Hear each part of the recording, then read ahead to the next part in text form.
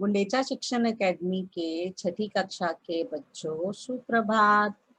आप सबको मैं आज व्याकरण करवाने जा रही हूँ और व्याकरण में हम सबसे पहले आज का शब्दकोश ज्ञान जानते हैं, जो कि आपको अपनी हिंदी की नोटबुक में भी लिखना है। इन शब्दों को जानिए और व्याकरण की तरफ अपनी नोटबुक में भी लिखिए।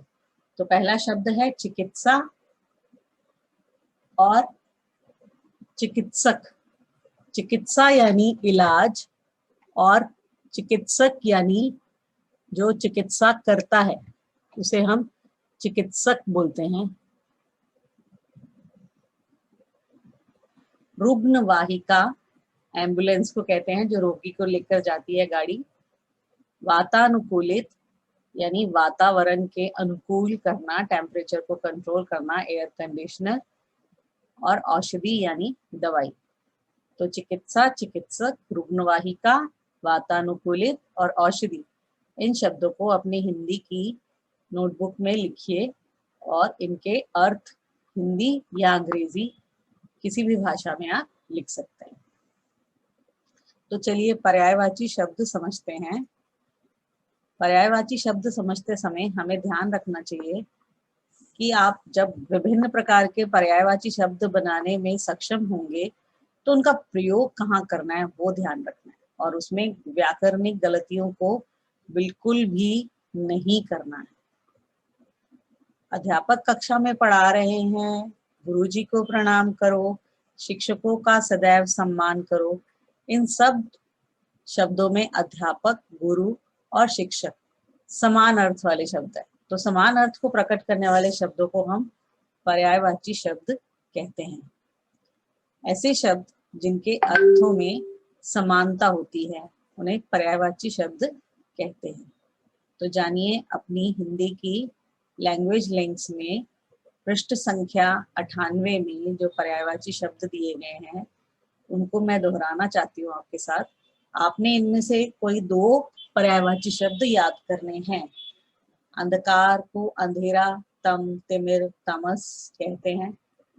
अमृत को हम सुधा, अमी, सोम, पीयूष भी कहते हैं। आंख को हम नेत्र, नयन, दृग, चक्षु, लोचन भी कहते हैं। ईश्वर को हम परमात्मा, भगवान, परमेश्वर या प्रभु भी कहते हैं। कमल के फूल को हम पंकज, पद्म, सरोज, राजीव और अरविंद भी कहते हैं। किनारा को हम तीर, फूल, तट भी कहते हैं। घर को हम गृह, आलय, निवास, धाम, सदन भी कहते हैं। जल को हम पानी, नीर, वारी, सलिल भी कहते हैं। झरना को हम निर्झर, सोता, उत्स, प्रपात कहते हैं।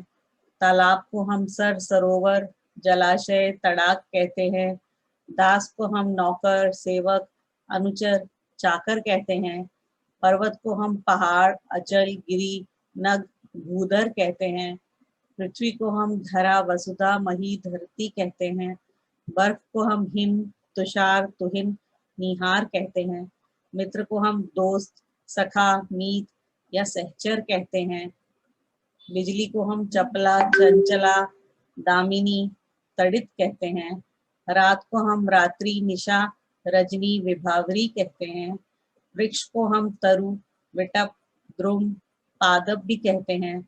शत्रु को हम अरि, रिपु, वैरी, दुश्मन भी कहते हैं। सांप को हम सर्प, भुजंग, नाग और विषधर भी कहते हैं।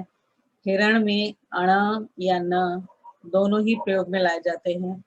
हिरण, मृग, कस्तूरी कहते हैं।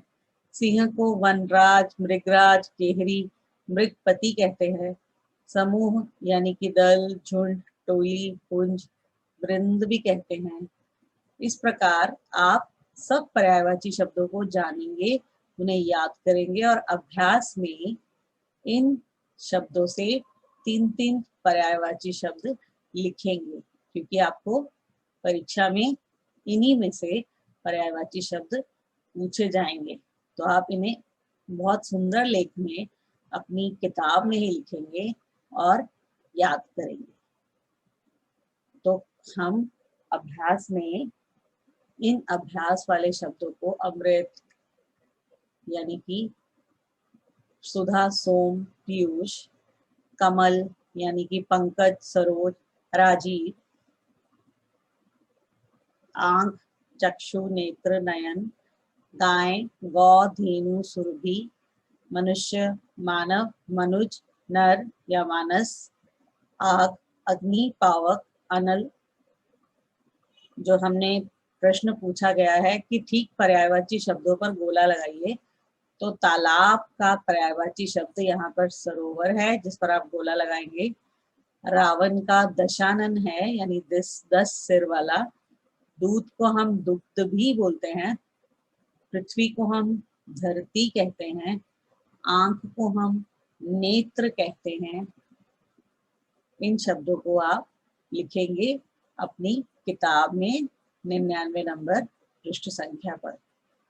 और इसके बाद अभ्यास कार्य 12 करेंगे, जो सूर्य ढलने पर होता है। सूरज ढलने पर क्या होता है? संध्या या शाम। जो खेती करता है उसे खेतीहर, किसान या कृषक कहते हैं।